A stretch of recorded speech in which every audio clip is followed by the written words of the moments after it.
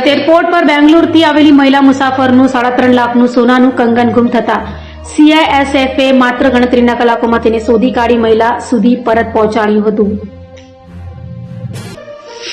Surat airport પર બેંગ્લોરથી આવેલી મહિલા મુસાફર રિયા ઝૈનનું અંદાજે 3.5 લાખનું સોનાનું કંગન એરોબ્રિજ વિસ્તારમાં પડી ગયું હતું. કંગન અન્ય એક સહપ્રવાસીને મળ્યું હતું, જેને તેણે અજાણતા ઉઠાવી લીધું હતું. મહિલાએ કંગન ગુમ થયાની ફરિયાદ નોંધાવતા CISFની ટીમ તરત જ એક્શનમાં આવી હતી. એરપોર્ટના સીસીટીવી ફૂટેજની તપાસ કરીને સંબંધિત સહપ્રવાસીની ઓળખ કરવામાં આવી અને થોડા સમયમાં તેની પાસેથી કંગન કબજે કરીને મહિલા મુસાફરને પરત આપવામાં આવ્યું હતું. પૂછપરછ દરમિયાન સહપ્રવાસીએ પોતાની ભૂલ સ્વીકારી માફી માંગતા CISFએ જરૂરી કાનૂની કાર્યવાહી અને માફીનામું લીધા બાદ તેને છોડી મૂક્યો હતો.